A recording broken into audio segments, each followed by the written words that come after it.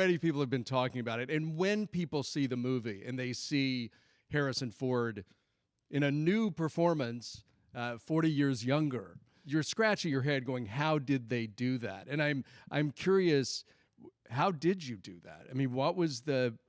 We just did it. We just gambled that the technology was going to keep improving with what previous efforts were, and it wasn't complicated to shoot in the sense that we just shot it. Harrison put on the outfit and played younger, and I shot him, and we fixed it. It was like in terms of making him younger but it wasn't. One of the nice things about the way the technology has progressed is I didn't have to.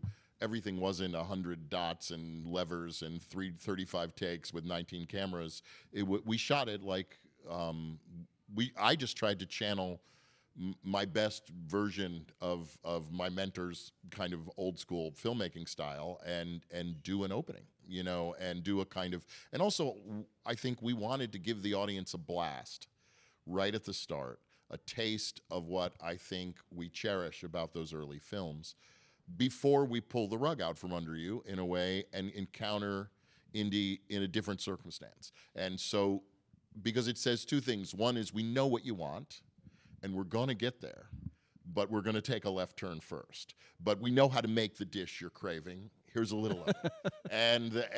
And so all those things were part of the stew. But technologically, it was actually just me and Harrison and Mads and the other wonderful players in that sequence just having a hell of a time running around on a train shooting these sequences. And all of the facial expressions and everything, his face came from actual footage from they built previous... everything. Obviously the advantage we have, there's several advantages we have. One is Harrison's a magnificent actor and knows how to kind of transform himself and can make adjustments. Two, okay, he's in pain already, but two, I'll move on. The two is that unlike a lot of other situations you could encounter, weighs not a pound more than he did 45 years ago. So the ability to skin this stuff onto him is there doesn't require a lot of distortion fields, if you will. And then the third is that where we're operating from, what we're drawing the imagery from, obviously there's been 4 movies made, 3 in the right age range, where there's massive amounts of footage shot in this character of him in this age, which provided us, 24 frames a second. I'm not just talking about what's in the movie, but dailies, everything. You have a massive amount of data to draw this from. And so our ability to take what Harrison was doing and soulfully, with his eyes, with an expression, and find it and find a way to pull it from the past was really aided by all those things. You do, when you're first watching it, you really are thinking, is this from an old movie? Because it's remarkably seamless. Well, that's all we wanted. Yeah. I mean, we wanted to feel like you dropped into one of the older pictures. That was it.